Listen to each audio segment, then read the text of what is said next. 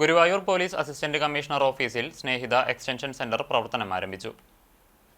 കുടുംബശ്രീ മിഷനും സംസ്ഥാന ആഭ്യന്തര വകുപ്പും സംയുക്തമായി സംസ്ഥാനത്തുടനീളം ACP, DYSP ഓഫീസുകളിൽ നടപ്പാക്കുന്ന പദ്ധതിയാണ് സ്നേഹിത പോലീസ് സ്റ്റേഷൻ എക്സ്റ്റൻഷൻ സെന്ററുകൾ. പോലീസ് സ്റ്റേഷനുകളിൽ വിവിധ ആവശ്യങ്ങൾക്ക് എത്തുന്നവരിൽ ആവശ്യമുള്ളവർക്ക് അടിയന്തര മാനസിക പിന്തുണ നൽകുക എന്നതാണ് ഈ പദ്ധതി ലക്ഷ്യമാക്കുന്നത്. NK അക്ബർ MLA സ്നേഹിത സെന്ററിന്റെ ഉദ്ഘാടനം നിർവഹിച്ചു. Vadakkekad station SHO K Anilkumar അധ്യക്ഷത വഹിച്ചു. ഗുരുവായൂർ നഗരസഭാ ചെയർമാൻ M കൃഷ്ണദാസ് മുഖ്യാതിഥിയായിരുന്നു.